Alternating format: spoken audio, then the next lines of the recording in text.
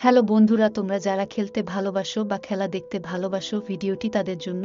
প্রতিদিনের মতো আজকেও আমি তোমাদের জন্য একটি নতুন গল্প নিয়ে চলে এলাম। আজকের ভিডিওটি খুবই মজার এবং খোলামেলা হতে চলেছে, তাই গল্পটি মন দিয়ে শুনুন। আজকের আমি তোমাদের বলবো আমার বাবা আমার সাথে যে খেলাটি খেলেছিল সেই গল্প। তাই গল্পটি পুরো শোনার অনুরোধ রইল। গল্পটি পুরো শুনলে আপনিও অবাক হয়ে যাবেন। তার আগে একটা কথা বলি, যদি তোমরা আমাদের গল্প বা থাম্বনেল নিতে চাও তাহলে ডেসক্রিপশনে গিয়ে টেলিগ্রামে মেসেজ দিন। যাই হোক, চলো গল্প শুরু করি। বন্ধুরা, আমার নাম পূজা। আমার বর্তমান বয়স ১৯ বছর, কিন্তু আমি আপনাদেরকে যে গল্পটি বলবো তখন আমার বয়স ছিল মাত্র ১৫ বছর। আমি বাংলাদেশের রাজধানী ঢাকায় থাকি। আমাদের পরিবারের সদস্য ছিল মোট ৪ জন: বাবা, মা, আমি এবং আমার ছোট বোন। আমি আমার পরিবারের বড় মেয়ে। সেই হিসেবে সবাই আমাকে খুব আদর স্নেহ ভালোবাসা দেয়।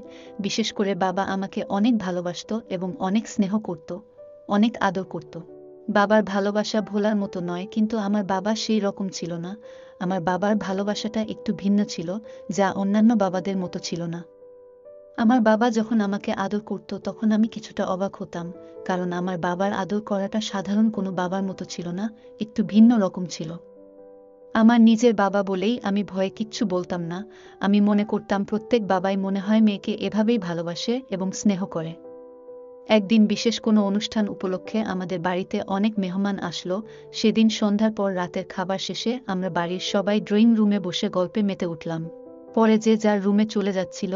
অতিথিদের জন্য আর কোনো রুমের বন্দোবস্ত না থাকায় অতিথিদেরকে অন্য রুমে জায়গা দিয়ে বাবাও আমাদের রুমে নিজের জন্য বিছানা করে নিল। আর মা আমাদের অন্যান্য মহিলাদের নিয়ে অন্য রুমে শুলো। আমার ছোট বোনকে পাশে নিয়ে মেঝের উপর বিছানা পেতে ঘুমানোর ব্যবস্থা করলাম। আমি বাড়িতে প্রচুর অতিথি থাকায় জায়গার পরিমাণ খুব কম ছিল, তাই বাবা, আমি এবং আমার ছোট বোন আমাদের রুমে বিছানা করে একসাথে শুইলাম। সেদিন রাত যখন গভীর হলো তখন আমি অনুভব করতে পারলাম যে ঘুমের মধ্যে কেউ আমার সাথে ভিন্ন রকম কিছু করার চেষ্টা করছে। রাতের অন্ধকারে কেউ আমার সাথে অন্যরকম আচরণ করার ফলেই আমার ঘুম ভেঙে যায়। অন্ধকারের মধ্যে কোনো কিছু না দেখতে পেয়ে আমি বললাম, কে কে ওখানে? তখন বাবা ঘুমের ভান করে শুয়ে রইল। আমি লাইট অন করে সেখানে কিছুই দেখতে পেলাম না। আমি ভাবলাম হয়তো আমি কোনো স্বপ্ন দেখছি। কিছুক্ষণ জাগার পর আমি আবারও ঘুমিয়ে পড়লাম, কিন্তু ঘুমের মধ্যেই আবার আমি সেরকম কিছু অনুভব করতে শুরু করলাম। আমি ভাবছিলাম হয়তো আমি কোনো স্বপ্ন দেখছি। এভাবে সারা রাত আমি ভয়ের মধ্যে কাটালাম। কেউ আমার সাথে ভিন্ন রকম কিছু করতে চায়, কিন্তু আমি সেটা বোঝার আগেই সে নিখোঁজ হয়ে যায়। আমি ঘুম থেকে উঠে আর কিছুই দেখতে পাই না।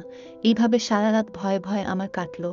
আমি মনে মনে ভাবতে লাগলাম, এখানে তো আমি, বাবা এবং আমার ছোট বোন ছাড়া অন্য কেউ নেই। তবে কি বাবা আমার সাথে? ছিছি, আমি এসব কি ভাবছি? আমি কোনো স্বপ্ন দেখছি, নইলে এটা আমার মনের একটা কল্পনা। এভাবে মনের মধ্যে ভয় নিয়ে সারা রাত আমার কেটে গেল। পরের দিন সকালে অতিথিরা সবাই উঠল। আমরাও উঠলাম, সবাই মিলে সকালের নাস্তা করলাম। রাতের ব্যাপারটা আমার মন থেকে কোনোভাবেই সরছিল না। মনে মনে ভাবতে থাকলাম, একই স্বপ্ন মানুষ কয়বার দেখে। কে এই ব্যক্তি যে আমার সাথে রাতে এরকম আচরণ করেছিল? ভাবতে ভাবতে আমার কোনো কিছুই ভালো লাগছিল না। কিন্তু এখানে তো বাবা, আমি আর আমার ছোট বোন ছাড়া আর কেউ ছিল না। তাহলে কে আমার সাথে এরকম করলো? সারাটা দিন শুধু খালি আমি এই বিষয়টা নিয়ে চিন্তা করলাম। যদিও লোকটা আমার সাথে খুব বাজে আচরণ করার চেষ্টা করছিল, কিন্তু আমি সজাগ হয়ে যাওয়াতেই আবার তার জায়গায় চলে গিয়েছিল, যে কারণেই সে আমার বড় ধরনের কোনো ক্ষতি করতে পারে নাই। মনে মনে ভাবলাম, যাক, সেটা আমার কপাল ছিল। এই বিষয়টা নিয়ে চিন্তা করলে আর কোনো লাভ হবে না। সেদিন আমাদের বাসার সকল অতিথি বিকেল বেলা চলে গেল। আমাদের বাসা একেবারে খালি হয়ে গেল। আমার মা একজন গৃহিণী। আমার মায়ের শারীরিক অবস্থা তেমন একটা ভালো না। আমার বাবা অনেক ডাক্তার দেখিয়েছে, কিন্তু আমার মায়ের শরীরের অবস্থার কোনো উন্নতি হয়নি। কেন জানি আমার কাছে মনে হলো আমার বাবার যা প্রয়োজন তা আমার মায়ের কাছ থেকে পাইনি। সপ্তাহ খানিক পর একদিন রাতে বাবা আমার রুমের দরজায় এসে নক করছে আর আমাকে ডাকছে আর বলছে, মা পূজা। আমি বাবার ডাক শুনে উঠলাম, উঠে এসে দরজা খুলে দিলাম।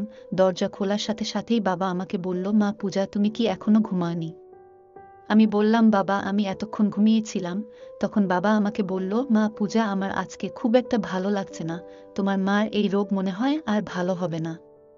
তোমার মায়ের এই সমস্যার কারণে আমি আর ঘুমাতে পারছি না। তাই আমি সিদ্ধান্ত নিলাম আমি আজকে তোমাদের পাশে থাকব। আমি বললাম, ঠিক আছে বাবা। তাহলে আপনি আমাদের পাশে শুয়ে থাকেন। সেদিন আমার বাবা আমাদের পাশে শুয়েছিলেন। আমি শুয়েছিলাম বাবার ডান পাশে আর আমার ছোট বোন শুয়েছিল বাবার বাম পাশে। এভাবে শুয়ে থাকতে থাকতে হঠাৎ আমি ঘুমিয়ে পড়লাম, কিন্তু ঘুমের মধ্যে গভীর রাতে হঠাৎ আমি অনুভব করলাম আমার সাথে আবার কেউ ভিন্ন রকম কোনো কিছু করার চেষ্টা করছে। লোকটির সেই আচরণে আমার ঘুম ভেঙে গেল। আমি ঘুম থেকে উঠি, বাবাকে আমার পাশে খুব বাজে অবস্থায় দেখতে পেলাম। তখন আমি বাবাকে বললাম, বাবা, আপনি আমার সাথে এসব কি করছেন?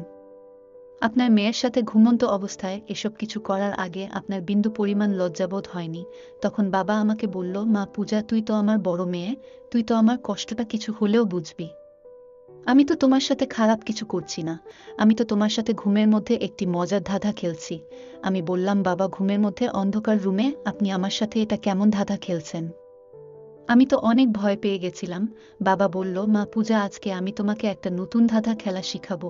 আমি বললাম, বাবা, এই রাতের বেলা আপনি আমাকে কোন ধরনের ধাঁধা খেলা শিখাবেন? বাবা বলল, এই ধাঁধা খেলাটা রাতেই খেলতে হয়।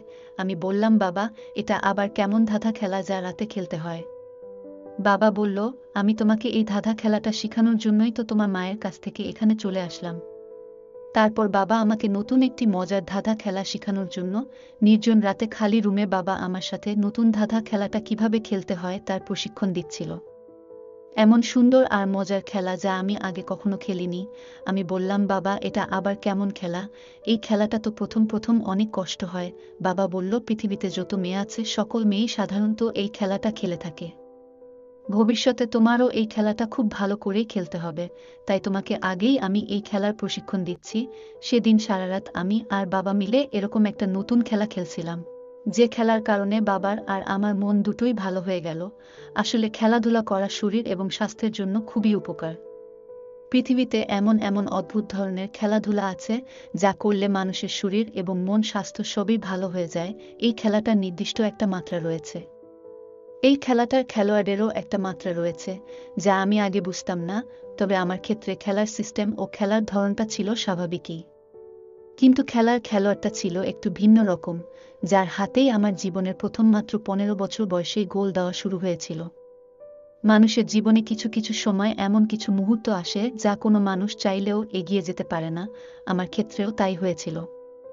যদিও আমি বাবার সাথে এরকম ধরনের খেলায় কোনো আগ্রহ ছিলাম না, কিন্তু পরিবেশ আর পরিস্থিতি আমাকে সেই রকম ধরনের আন্তর্জাতিক মনের খেলোয়াড় বানাতে বাধ্য করেছিল। যাই হোক বন্ধুরা, আমাদের আজকের ভিডিওটি এই পর্যন্ত। আপনাদের গল্পটি কেমন লাগলো কমেন্টে জানাতে ভুলবেন না, আর আপনারা কোন ধরনের ভিডিও দেখতে চান কমেন্টে জানিয়ে দিন। যদি আমাদের ভিডিওগুলি ভালো লাগে তাহলে লাইক, কমেন্ট এবং শেয়ার করুন। আর সবার আগে ভিডিও পেতে আমাদের মিস পায়েল ব্লগ চ্যানেলটাকে সাবস্ক্রাইব করুন এবং পাশে আসা বেল আইকনটি অল করে দিন। সবাইকে ধন্যবাদ।